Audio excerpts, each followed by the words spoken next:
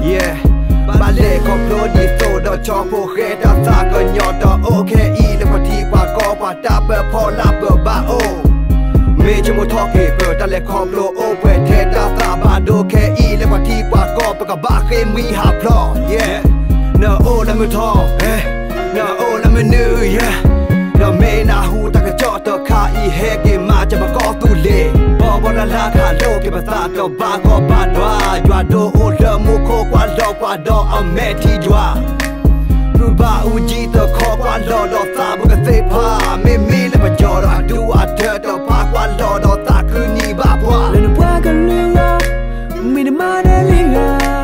no bwa ka lu ho ta ya ta lu ta ma sa le no ti no ko lo mi de ta na ta le he to na no ta ma ri ma sa li ha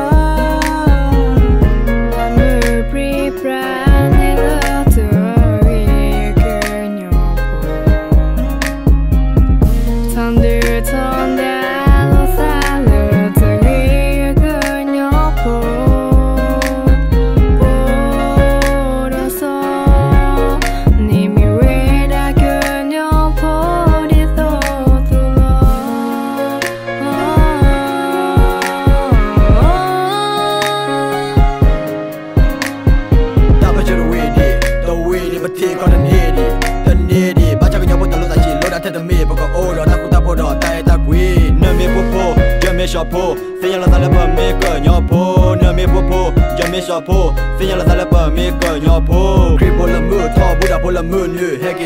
ka pa me ko nyo po la ka li ti so po la ka li so heke pa po da da du tu ma so ro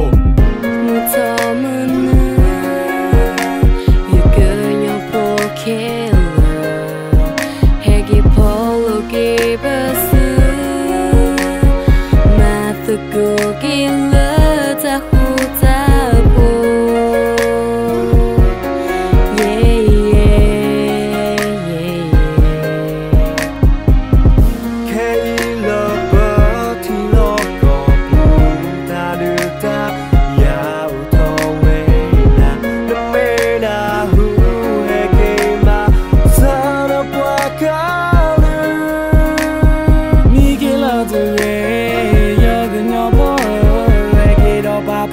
Kaw